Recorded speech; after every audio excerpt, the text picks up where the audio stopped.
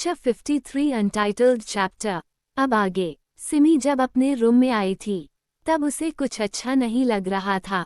उसके मन में कई सारे सवाल थे जो उसका मॉन्स्टर ही जवाब दे पाएगा। ये सोचकर वो सीधे एव के रूम की तरफ बढ़ जाती है। एव अपनी बालकनी में सिगरेट की लंबी लंबी कस ले रहा था। तभी उसका गेट बिना नॉक के खुलता है।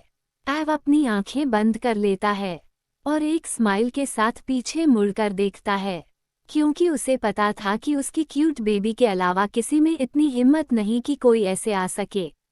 सिमी गेट के पास चुपचाप खड़ी थी। वो काफी नर्वस लग रही थी। रूम की लाइट्स ऑफ थी, बस एक डिम लाइट ऑन थी जो सीधे सिमी के खूबसूरत से चेहरे पर पड़ रही थी, जिससे वो और भी सुंदर लग रही थी। उसने डोरेमोन की सेट की टी शर्ट और शॉर्ट्स पहन रखे थे, अपने बालों का बन बनाया था और वो बस ऐसे ही खड़ी थी। एव अपनी सिगरेट को सिल्वर एस्ट्रे में डाल देता है और कमरे के अंदर आता है और देखता है कि सिमी वहीं शांत होकर खड़ी है। एव की आंखें जब सिमी से मिलती है तब सिमी को एहसास होता है कि उसने बहुत बड़ी गलती कर दी इस वक्त मॉन्स्टर के रूम में आकर।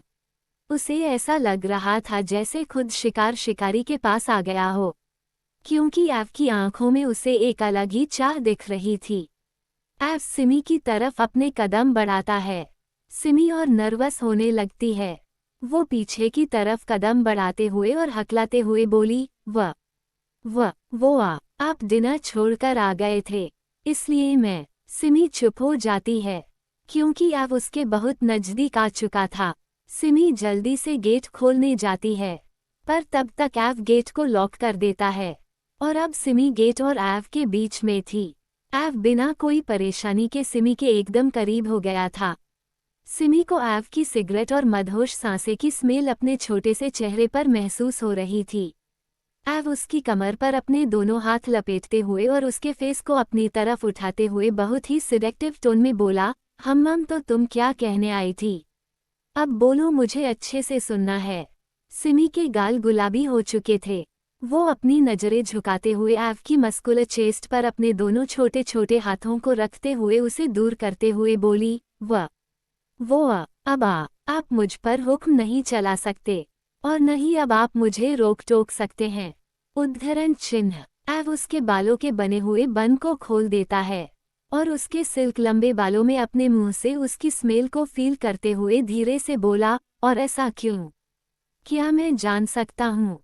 उद्धरण चिन्ह। सिमी की हालत अब खराब हो रही थी क्योंकि एव उसके बालों में अपना मुंह डालकर उसके अट्रैक्टिव गर्दन पर अपने ठंडे होठों से टच कर रहा था। सिमी बड़ी हिम्मत से बोलती है, क्योंकि अब आपकी शादी हो जाएगी और अब आपको अपनी होने वाली बीवी के ऊपर ये सब हुक्म चलाना चाहिए। उद्धरण चिन्ह। वो एक सांस में ये बोलकर अपनी आंखें बंद कर लेती है और एव जो मदहोशी में उसके गर्दन में अपना सर घुसाए सिमी की खुशबू को फील कर रहा था, वो उसकी गर्दन पर बाइट कर लेता है और अपनी सख्त नजरों से सिमी की तरफ देखता है, जिसके मुंह से अभी हल्की सी आह निकल गई थी। एव के बाइट से एव सख्त आवाज में बोला, open your eyes and look at me. Simi घबराकर तुरंत अपनी बड़ी बड़ी आंखें खोल देती है और एव की नीली आंखों में देखती है, जहां उसे अब एक जुनून दिख रहा था, किसी चीज को पाने की। एव सिमी के बालों को मजबूती से पकड़ते हुए उसके चेहरे को अपने पास लाते हुए बोला, हाउ डरे यू, तुम्हारी हिम्मत कैसे हुई ये बात बोलने की? तुम अब मुझसे दूर जा सकती हो और मुझे अब किसी और पर अपना हक दिखाना चाहिए। सिमी आंखों में नमी लिए बोली, आप ही बताओ, क्या ये गलत नहीं है? आपकी शादी होगी तो क्या आप जब मुझ पे हक दिखाओगे तो आपकी वाइफ को बुरा नहीं लगेगा? एव को अब बहुत गुस्सा आ रहा था। वो यही सोच रहा एव था कि इस छोटी सी लड़की का कितना दिमाग चलता है।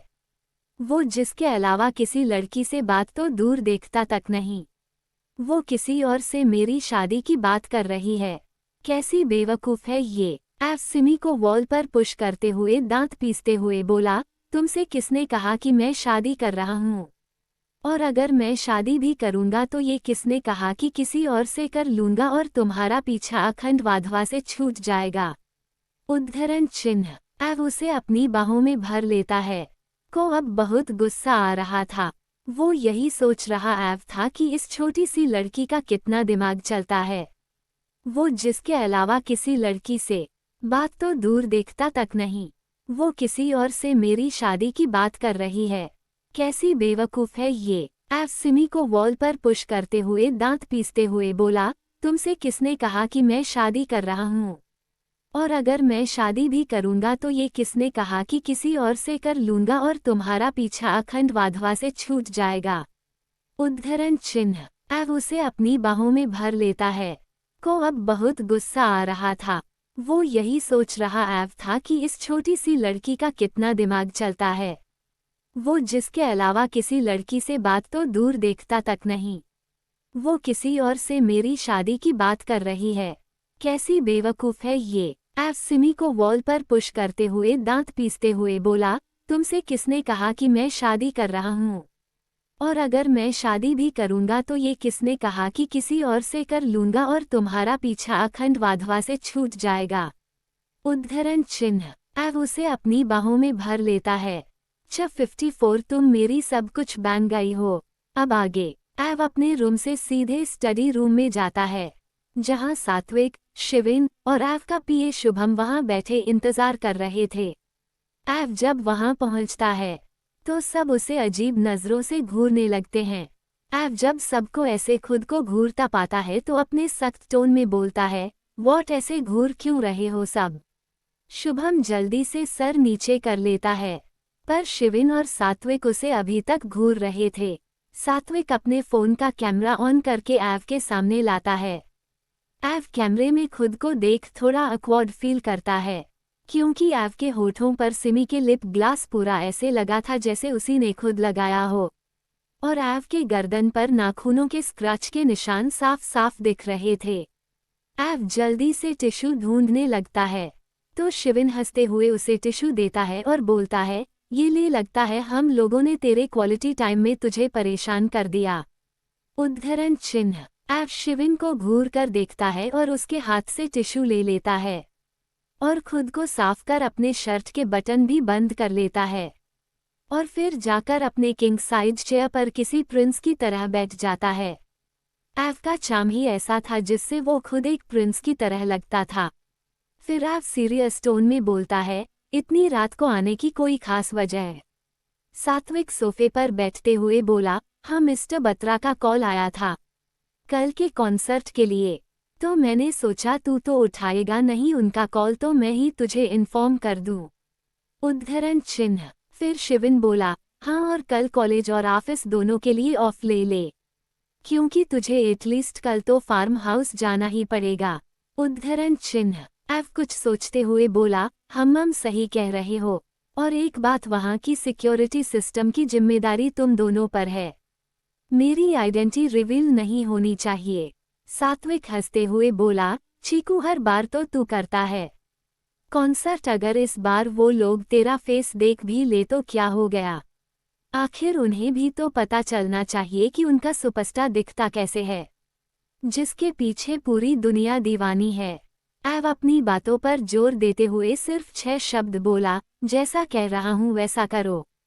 उसके शब्द भले ही कम थे, पर उसके बोलने के रवैये से सबको उसकी बात अच्छे से समझ आ गई। शुभम डरते हुए बोला, सर सिक्योरिटी सिस्टम का काम हम लोग देख लेंगे, और कल शाम में तालकटोरा स्टेडियम में आपका कॉन्सर्ट है। उद्धरण चिन्ह। ऐव बस हम कहता है, फिर उठते हुए बोला, कल हम सब फार्म हाउस चल रहे हैं, इसलिए जो लोग कॉलेज जाएंगे उनके पीछे गार्ड्स लगा देना। उद्धरण चिन्ह। ये कहकर वो बिना किसी की बात सुने स्टडी रूम से सीधे अपनी रूम की तरफ चला जाता है। शिविन उसे जाता देख सात्विक के कंधे पर हाथ रखते हुए बोला, यार ये अपनी पहचान क्यों छुपा रहा है? सबसे इसकी फैन फॉलोइंग कितनी ज़्यादा है, और अगर ये सबको बता दे कि ये है कौन तब तो और मज़ा आ जाएगा। उद्धरण चिन्ह। सात्विक अपने कंधे से उसके हाथ को हटाते हुए बोला, चीकू को दिखावा पसंद नहीं, पर सिंगिंग उसका पैशन है, पर वो अपने आप को दिखाना नहीं चाहता। उद्धरण चिन्ह। शिविन फिर कुछ सोचते हुए बोला, वैसे यार जहाँ तक मुझे पता है घर में कोई सिंगिंग नहीं करता, फिर ये इतना बड़ा सिंगर कैसे बन गया? उद्धरण चिन्ह। सात्विक इमोशनल होते हुए बोला, माँ की वजह से। उन्हें सिंगिंग का बहुत शौक था और चीकू भी बचपन में उन्हीं के साथ गाया करता था और उनके जाने के बाद वो उनकी लास्ट विश थी चीकू से कि वो अपना सिंगिंग जारी रखे। शिविन उसके कंधे को थपथपाते हुए बोला, कोई बात नहीं यार, चल अब चलते हैं। उद्धरण चिन्ह। ये कहकर वो तीनों वहां से निकल जाते हैं। एव का रूम। एव अपने रूम में जाता है तो देखता है कि उसके बड़े से किंग साइज बेड पर एक छोटी सी क्यूट सी लड़की अपने आप को खुद में समेटे बहुत सुकून से सो रही थी। एव सीधे अपने बेड की तरफ जाता है और सिमी के बगल में लेट जाता है। फिर वो उसे अपने ऊपर किसी बंदर के बच्चे के जैसे लिटा लेता है और उसके बालों को सहलाने लगता है।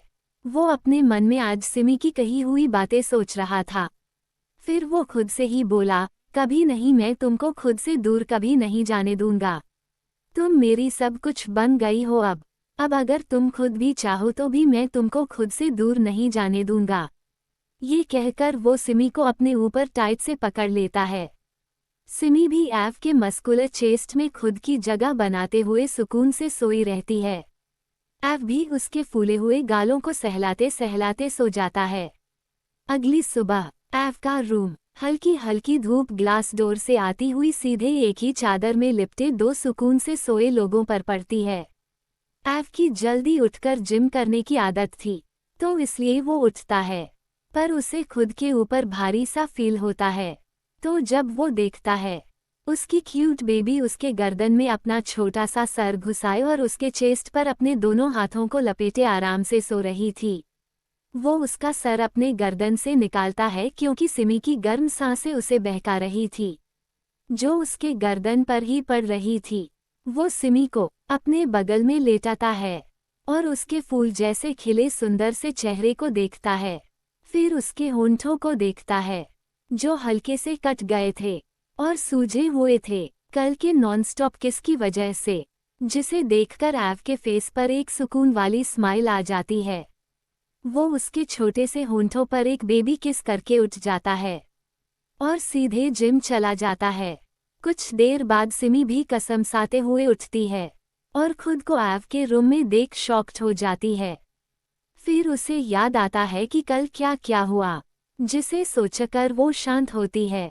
वो उठकर अपने टी शर्ट पहनती है और खुद में ही बड़बड़ाने लगती है, ये मॉन्स्टर समझता क्या है खुद को, मुझे हट करेगा, जब देखो तब मुझे कहीं हट करेगा या कहीं। वो ये कहकर चुप हो जाती है क्योंकि उसे कल का जो एव ने उसके साथ किया वो सब याद आने लगता है, जिससे वो ब्लश करने लगती है। वो फिर खुद से कहती है, ओ गॉड, ये मैं क्यों सोच रही हूँ उनके बारे में। उद्धरण चिन्ह। मुझे यहाँ से पहले निकलना होगा, उनके आने से पहले। ये कहकर वो तुरंत वहाँ से निकल सीधे अपने रूम की तरफ चली जाती है। इधर एव अपने रूम में आता है तो उसे सिमी नहीं दिखती, तो वो समझ जाता है, इसलिए सीधे वो वॉशरूम चला जाता है और फिर रेडी होने लगता है। आज उसे न तो ऑफिस जाना था और न ही कॉलेज, इसलिए वो एक फॉर्मल ब्लैक पैंट और स्ट्रचेड ब्लैक शर्ट और ब्लैक लेदर फुल कोट डाल लेता है और बालों को जेल से सेट कर रेडी होकर बाहर निकल जाता है। वो आज किसी ग्रीक गॉड की तरह लग रहा था, अगर कोई देखे तो देखता ही रह जाए।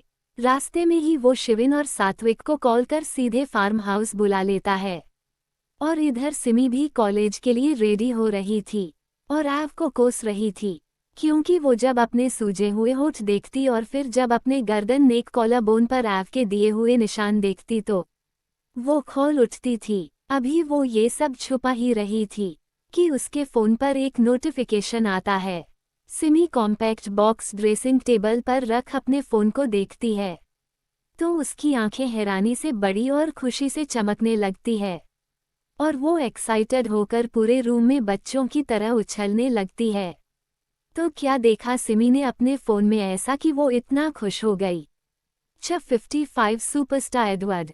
अब आगे सिमी अपने फ़ोन में नोटिफिकेशन को देखकर बहुत ही ज़्यादा खुश हो जाती है और अपने रूम से तुरंत निकलकर चिक्की के रूम में जाती है। चिक्की अभी तक सारी दुनिया बेचकर सो रही थी सिमी सीधे उस पर ग्लास में रखे पानी को पूरा डाल देती है। चिक्की हड़बड़ाते हुए उठते हुए बोली, overflow overflow help help. Simi उसके सर पर मारते हुए बोली, बस कर, कोई ओवरफ्लो नहीं आया। और मेरी बात ध्यान से सुन, मुझे कुछ एक्साइटिंग बताना है तुझे। उद्धरण चिन्ह। चिक्की अपना सर पकड़कर मुंह बनाकर बोली, क्या यार सिमी, ऐसे कौन उठाता है? फिर कुछ सोचकर, वैसे क्या बताना है तुमको, बोलो जल्दी। सिमी अपने फोन को दिखाते हुए बोली, तुम खुद ही देख लो।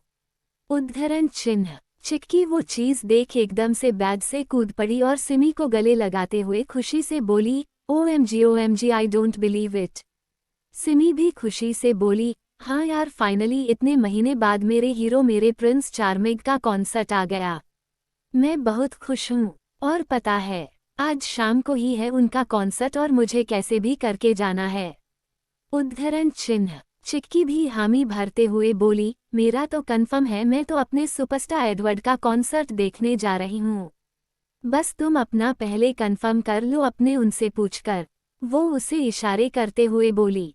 सिमी की सारी एक्साइटमेंट धरी की धरी रह गई, क्योंकि अभी उसे अपने सबसे बड़े दुश्मन से जो परमिशन लेनी थी, वो भी किसी लड़के का कॉन्सर्ट देखने के लिए। वो उदास होकर वहीं बैठ गई। तो चिक्की ने उसके कंधे पर हाथ रखते हुए कहा, उदास मत हो यार भाइयों, जाने देंगे। जहां तक मुझे पता है, जब वो सुनेंगे कि हम सभी जा रहे हैं, तो वो तुम्हें नहीं रोकेंगे। सिमी उसकी बात सुन अपनी चमकती स्माइल लिए बोली, तुम सच कह रही हो ना? क्योंकि तुम अपने भाई को अच्छे से जानती हो, वो मुझे कहीं नहीं आने जाने देते, बस अपने साथ ही ले जाते और आते हैं।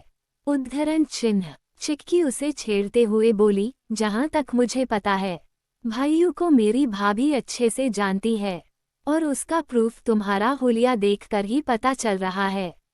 उद्धरण चिन्ह। सिमी बुरी तरह चिढ़ जाती है और बैग से उठते हुए बोली, तुम ज्यादा मत बोला करो, ये सब उनकी गलती है। किसी भूखे मॉन्स्टर की तरह मुझ पर आ जाते हैं। मैं कैसे बचती हूँ उनसे ये मैं ही जानती हूँ। चिक्की सिमी के क्यूट से शिकायत पर जोर जोर से हंसने लगती है। फिर बोलती है, हाउ रोमांटिक, काश मुझे भी ऐसा कोई मिले। उद्धरण चिन्ह। सिमी उसे अजीब नजरों से घूरते हुए सीधे अपने रूम की तरफ बढ़ जाती है और चिक्की अपनी ही ख्यालों में गुम हो जाती है। उधर लूथरा विला में समीर शर्टलेस होकर स्विमिंग कर रहा था। उसके six pack abs, muscular chest और परफेक्ट बॉडी शेप एक हॉट लुक उसे दे रहा था। वो स्विमिंग करके बाहर निकलता है। इस टाइम वो बहुत ही हॉट और फ्रेश लग रहा था। वो अपना बाथ रोब पहनता है। तभी गीता जी वहां पूजा की थाली लिए आती है और उसके पीछे एक नौकर कुछ सामान लिए आता है। गीता जी एक अमीर औरत की तरह लग रही थी। वो आकर समीर से कहती है, बेटा मैं मंदिर जा रही हूँ, नाश्ता नौकर से लगवा दिया है, तुम करके ऑफिस चले जाना। समीर अपनी माँ की केयर को देखकर मुस्कुराते हुए बोला, ओके माँ, मैं कर लूंगा और आप मेरी इतनी चिंता मत किया करो। उद्धरण चिन्ह। गीता जी उसके गीले बालों में हाथ फेरते हुए बोली, एक तुम ही तो अब जिसकी मुझे चिंता करनी है, और जो मेरी। वो इतना कहकर चुप हो गई क्योंकि उनके आंखों में आंसू आ गए थे। समीर उन्हें शांत कराते हुए बोला, माँ आप परेशान मत होइए।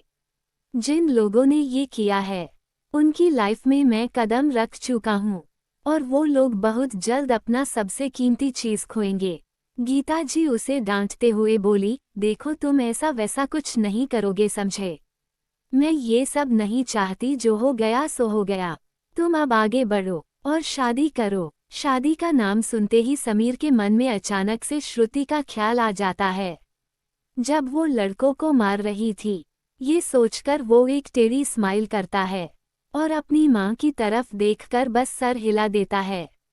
गीता जी मंदिर की तरफ निकल जाती है और समीर विला के अंदर चला जाता है। University of business management. आज कॉलेज सिर्फ चिक्की, सिमी, धैर्य, अन्वी, अहाना, वीर, शिविका ही आए थे। सिमी को आज थोड़ी सी खुशी थी कि आज वो खुलकर अपने कॉलेज डे को एंजॉय कर पाएगी। एफ के न होते हुए सभी कॉलेज की तरफ बढ़ रहे होते हैं। तभी उन्हें चहल पहल और कई लोगों का आपस में बात करना सुनाई देता है। उनमें से एक लड़की दूसरे लड़की से बोल रही थी, यार तुझे पता है एडवर्ड का कॉन्सर्ट है आज। आज तो मैं बहुत अच्छे से रेडी होकर जाऊंगी उसके कॉन्सर्ट में। आखिर वो मेरा हीरो जो है। यार सच में आई लव हिम। तो दूसरी लड़की भी इतराते हुए बोली, तो क्या मैं भी तो सीधे अपनी डिजाइनर ड्रेस पहनकर जाऊंगी अपने प्रिंस के शो में। इसी तरह चारों तरफ सिर्फ एडवर्ड एडवर्ड का ही नाम गूंज रहा था। सिमी भी बहुत एक्साइटेड थी आज के लिए, बस उसे एक इंसान को मनाना था। तभी भीड़ में कोई लड़की फिर बोली, यार काश मेरा सुपरस्टार अपना फेस दिखा दे हम सबको, तब तो और ही ज्यादा अच्छा रहेगा। मैं तो कहीं मर ही न जाऊं उसके चार्मिंग फेस को देखकर। वैसे वो कितना गुड लुकिंग होगा ना। उद्धरण चिन्ह। दूसरी लड़की ने भी कहा, हाँ यार तूने उसकी स्टेज पर पर्सनैलिटी नहीं देखी क्या, कितना हॉट लगता है। काश उसकी गर्लफ्रेंड होती मैं। वो लोग सारी गोसाइप्स को अच्छे से सुन रहे थे। तभी शिविका बोली, वैसे आज हमारे सुपरस्टार के शो में सिमी तो पहले ही जाएंगी। आखिर उसकी इतनी बड़ी फैन जो ठहरी। सिमी बेमन से बोली, जाना तो है अपने प्रिंस चार्मिंग के कॉन्सर्ट में, पर पहले मुझे अपने मॉन्स्टर को मनाना होगा। लास्ट की लाइन उसने अपने मन में बोली। चिक्की, धैर्य, रणवी, आहाना उसके हालत को समझ रहे थे। धैर्य उसे चिल करते हुए बोला, बी नॉर्मल क्यूटी, हम सब पक्का चलेंगे एडवर्ड के कॉन्सर्ट में। ओक। सिमी क्यूट सी स्माइल करते हुए बोली, ओक आई ट्रस्ट यू। तभी शिवी बीच में ही सिमी की बात काटते हुए बोली, नहीं नहीं बिल्कुल नहीं सिमी, इस बंदर पर ट्रस्ट मत करना वरना अगली बार की तरह फिर फंसोगी। और ये बंदर खुद फंसता है, साथ में हमें भी फंसाता है, इसलिए तुम डायरेक्ट बात कर लो चीकू भाई से। उसके ये कहने पर सब वहां जोर जोर से हंसने लगते हैं। तो धैर्य बुरी तरह चिढ़ते हुए बोला, यू बंदरिया तुम ज्यादा अपना मुंह मत चलाया करो। और अगली बार थोड़ी सी गलती हुई थी बस, और कुछ नहीं समझी। उन दोनों की लड़ाई शुरू होता देख आहाना जल्दी से बीच में आते हुए बोली, ओक ओक बस अभी क्लास में चलो, पुरानी बातों का पुराण बाद में पढ़ लेना तुम दोनों। धैर्य मुंह बनाते हुए क्लास में चला जाता है और शिवी भी उसे दांत दिखाते हुए अंदर चली जाती है और उसके पीछे सब क्लास में चले जाते हैं। इसी तरह आज की सारी क्लास खत्म हो जाती है। सब शाम को एक साथ शो देखने का प्लान बनाते हैं और अपने अपने घर चले जाते हैं। वाधवा मेंशन, सिमी का रूम।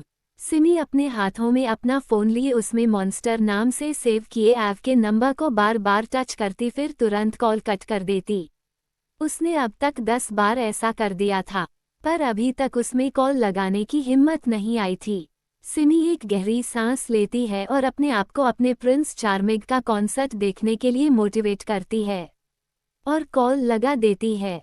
उधर फार्म हाउस में एव अपने स्टूडियो रूम में अभी अभी प्रैक्टिस करके पानी पी रहा था। तभी उसका फ़ोन रिंग करता है। वो कॉल पर क्यूट बेबी से शो हो रहे नाम को देखता है और बिना किसी भाव के कॉल उठाता है। उधर से कॉल पर सिमी की हल्की हल्की सांस सुनाई दे रही थी, जो एव के दिल को बहुत सुकून पहुंचा रही थी। एव धीरे से बोलता है, हम बोलो किस बात की परमिशन चाहिए। सिमी हैरानी के साथ एव की बात सुनती है और फिर जल्दी जल्दी से बोलती है, आपको कैसे पता कि मुझे कोई परमिशन चाहिए। एव बेफिक्री से बोला, क्योंकि माय क्यूट बेबी मैं तुम्हें बचपन से जानता हूँ, इसलिए come to the point. Simi phone को अपने सामने लाते हुए उसे ऐसे घूरती है जैसे वो फ़ोन नहीं मॉन्स्टर को घूर रही हो। फिर वो अपनी बेहद क्यूट वाली आवाज़ में कहती है, वो आज एडवर्ड का इतने महीने बाद कॉन्सर्ट आया है और सभी जा रहे हैं, तो क्या मैं। सिमी इतना कहकर चुप हो जाती है क्योंकि अब उसकी बात बीच में ही काट देता है और अपने सख्त टोन में बोलता है, तुम कहीं नहीं जाओगी समझी, और अब इसके अलावा मुझे कोई बात नहीं सुनना, बाय। ये कहकर वो कॉल काटने ही वाला था कि उधर से सिमी से सिसकने की आवाज़ उसे सुनाई देती है। एफ खुद में ही बोला, ये लड़की मुझे अपने आंसुओं से ब्लैकमेल हमेशा करती है। उद्धरण चिन्ह। सिमी एक्टिंग करते हुए सिसकते हुए बोली, आप बहुत बुरे हो, आप मुझे कहीं आने जाने नहीं देते, मुझे जाना है तो जाना है बस, समझे आप। एव उसे चुप कराते हुए बोला, अच्छा शांत हो जाओ पहले। ओके तुम जाओ, पर पहले ये बताओ मुझे क्या मिलेगा फिर। सिमी खुश होते हुए बोली, पक्का मैं जाऊं ना। वाओ आप बहुत अच्छे हैं, सच्ची। उद्धरण चिन्ह। तभी आप फिर बोला, पहले बताओ मुझे क्या मिलेगा अगर मैं तुमको जाने दूं तो। सिमी अपने ही एक्साइटमेंट में बोली, आपको जो मन हो वो मिल जाएगा। उद्धरण चिन्ह। एवे केवल स्माइल करते हुए बोला, सोच लो एक बार फिर। उद्धरण चिन्ह। सिमी इतनी एक्साइटेड हो चुकी थी वहां जाने की परमिशन पाकर कि वो आगे आने वाले सबसे बड़ी मुसीबत को खुद ही बुला चुकी थी। सिमी फिर खुश होते हुए बोली, अरे सोच लिया, आप जो कहोगे वो मिलेगा। अच्छा अब मैं कॉल रखती हूँ, मुझे जाना है। ये कहकर वो जल्दी से कॉल कट कर देती है। और उधर एवे केवल स्माइल करते हुए बोला, my so innocent girl, why are you so innocent और क्यूट। तो अब करेगा एव क्या कभी एव और एडवर्ड दोनों की सच्चाई सामने आ पाएगी।